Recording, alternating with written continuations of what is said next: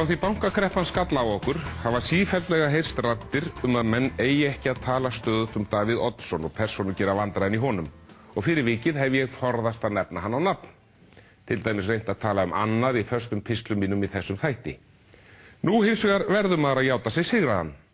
Það er útilokað að ræða stöðumál á Íslandi án þess að hafa hann í forgrunni. Og raunar einkennilegt til þess að vita. Hver minnist þess til dæmis að ykkur úr stjórnarandstöðunni hafi sagt eitthvað eftirminnilegt hrunið, já eða ykkur stjórnmálamaður yfirleitt? Umræðan öll hverfist þær sprengjur sem þessi háttsetti embættismaður lætur falla í viðtölum sem hann gefur og ræðum sem hann heldur. Þessar mundir er þjóðin kannski í sömu stöðu og fólk sem hefur lent í slysi eða greinst með sjúkdóm og veit ekki enn hvort eða hversu fljótt hún muni ná sér. Þegar þannig er ástatt þykir flestum mikilsverðast að vita að lækningin sé í höndum færustu sérfræðinga. Manna sem örugglega kunna sitt fag eins og best verður ákosið og, vel að merkja, hafa engin önnur markmið og enga aðra hagsmuni en að lækningin gangi sem best. Ef við höldum áfram með þessa líkingu, þá má kannski segja að seðlabankastjórinn sé í sömu stöðu og læknirinn sem fólk vil geta treyst. Þegar þannig er ástatt vill fólk að því embætti gegnir sá sem best kann og hefur enga aðra hagsmuni en að gera það sem er réttast og kemur þjóðinni best. Og alveg án þess að leggja mat á hvort það sé sanngjarnt, þá er staðan einfaldlega sú að fólk hefur ekki þetta traust á Davíð.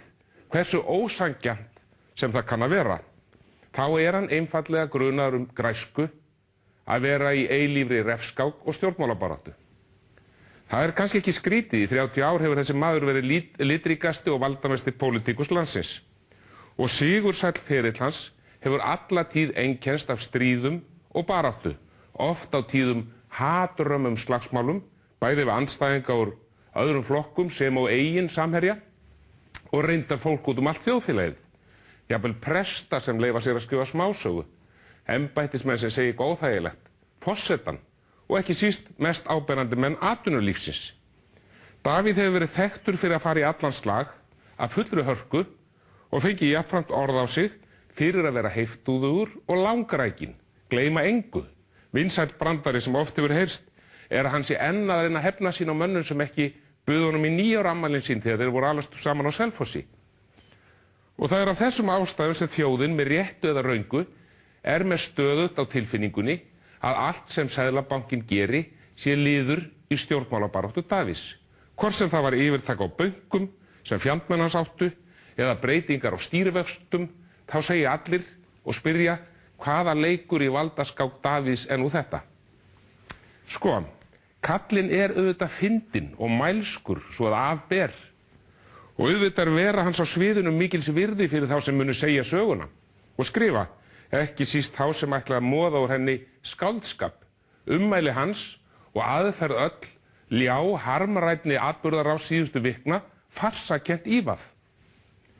En þetta er hins vegar ekki leggjandi á þjóðina. Fólk er kvíðið og hrætt og ekki í stuði fyrir svona spaug akkúrat núna. Geir Haarde verður annaðhvort að losa sig við seðlabankastjórann eða þjóðina. Þetta kjaftæði gengur ekki lengur.